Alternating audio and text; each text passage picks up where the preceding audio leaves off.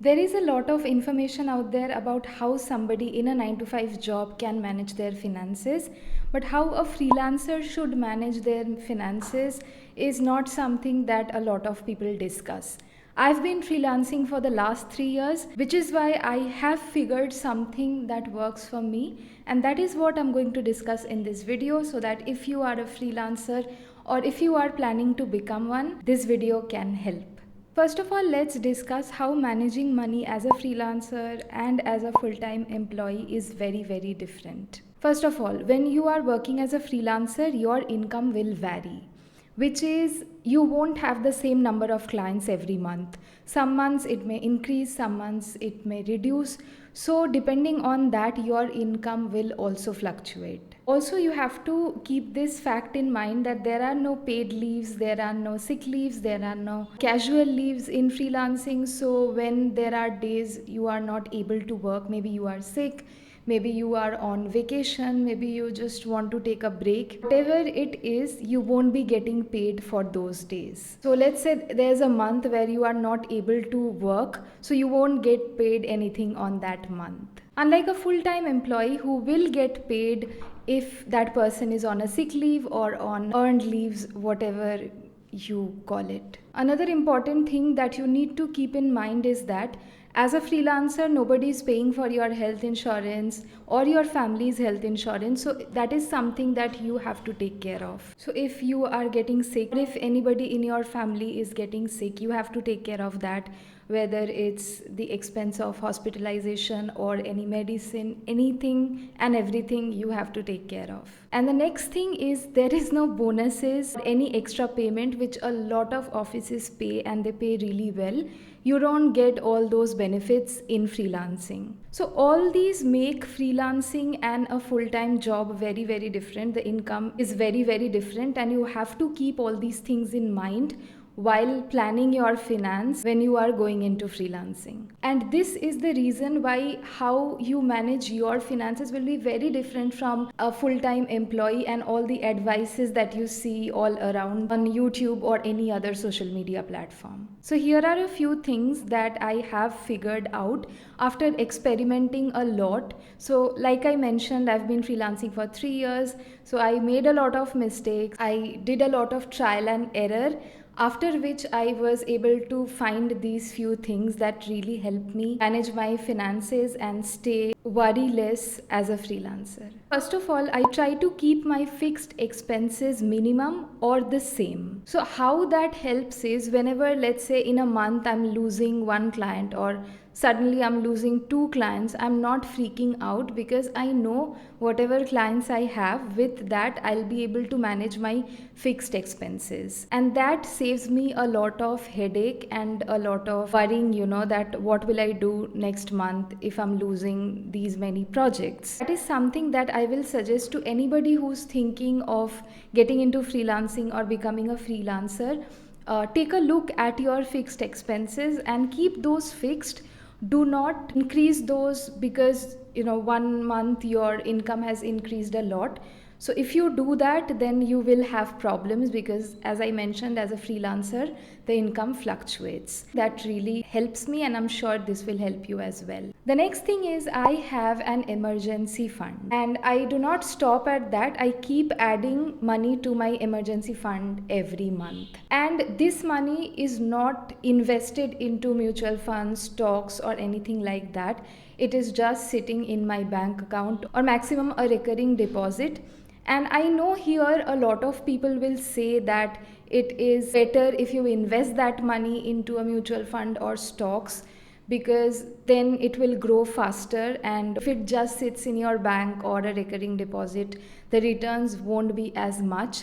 But the thing is, I have a lot of people for whom I am responsible. So if any emergency arises, I have to take care of those situations. So I do not want to, get into that headache or that thought that I don't know if something happens, how will I get money instantly, and maybe I'll have to ask someone for it and things like that. I do not want to personally get into all that, which is why I have this emergency fund where I have liquid money available for any kind of emergency. Now, if you are someone who is maybe younger, or you don't have such responsibilities, you only have your responsibility at the max, or maybe two people's responsibility, then you have a lot of flexibility in this area, and in that case you can even invest your emergency fund and grow it at a faster rate.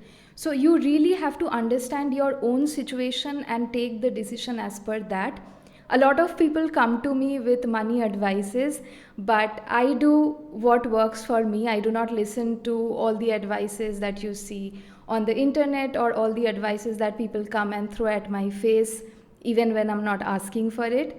So I know my situation the best, and I manage my finances accordingly, and this has been going really well so far. But yeah, basically what I'm trying to say is having an emergency fund is a must. It will take away so much of your worry. It will help you feel financially stable and secure. An emergency fund applies to everyone, not just freelancers, but anybody who's in a job, in any kind of business, basically everyone. Next is my investments. First of all, I invest in a health insurance for me and my husband. I also have parents and in-laws who are really old. They do not have any health insurance. I do not know if I'll be able to get a proper health insurance for them, but it's something that I am thinking about and looking at options. As for my other investments, I invest in a mutual fund every month, and I also invest in stocks from time to time. But basically, I make sure that I am investing some money every month, and I try to separate my money into different categories like savings, investments, emergency fund, and things like that. And that's how I distribute the money into different instruments and make use of it. As for savings, I also try to save some money every month, and I do not categorize into anything because there are a lot of miscellaneous expenses that come up. Other than that, also as a freelancer, I have to invest in softwares, I have to invest in a lot of other things, I have to pay people who I work with and things like that. And on a personal front also, a lot of expenses come up, so I save some money every month so that I can take care of anything that comes up all of a sudden, or something that I am planning for. So this is something that I was doing right from when I started freelancing, and it has saved me in so many scenarios. So that takes care of all the things that I do with my money, how I save, invest, and everything. The next thing that has really changed the game for me is my mindset.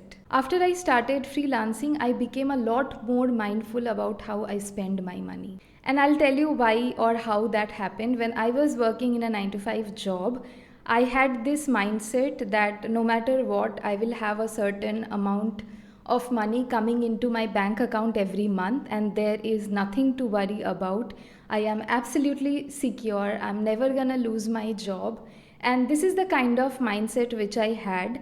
And due to that, I used to spend all my money. I didn't save anything. I worked for more than 5 years. I worked for I think 6-7 years, and I did not save anything. I did not invest anything. And if I could go back to that time, this is what I would like to change. But anyway, now I know a lot better. And once I started freelancing, I was exposed to a lot of insecurity, because here, as I mentioned, there's no fixed income that you get every month. There were months, like an entire year where I was earning like almost the same amount every month. Everything was going great, but things changed.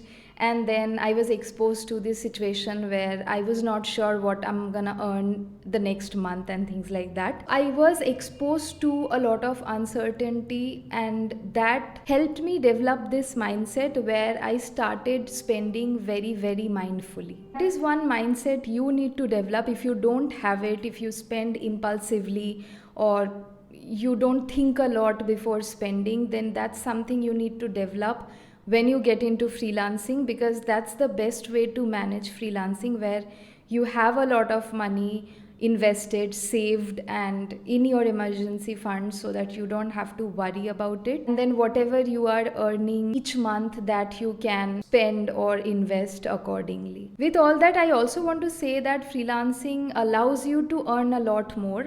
I started earning a lot more than I did in my full-time job, all thanks to freelancing. I was able to enjoy a lot of things that I couldn't even imagine of when I was in my full-time job. So it's not that in freelancing you just have to save and invest and not spend anything, but just that you have to plan things in the right way and be more mindful while spending your money. So that's it for this video. This is how I manage my money as a freelancer. I hope this was useful. If it was, let me know in the comments. If you have any question regarding freelancing or personal finance, let me know. And if you want to see more videos related to personal finance, then do let me know, because this is an area that I am very interested in and I'd love to create more videos that can be helpful to you. Thank you so much for sticking till the end, and I'll see you in the next one. Bye.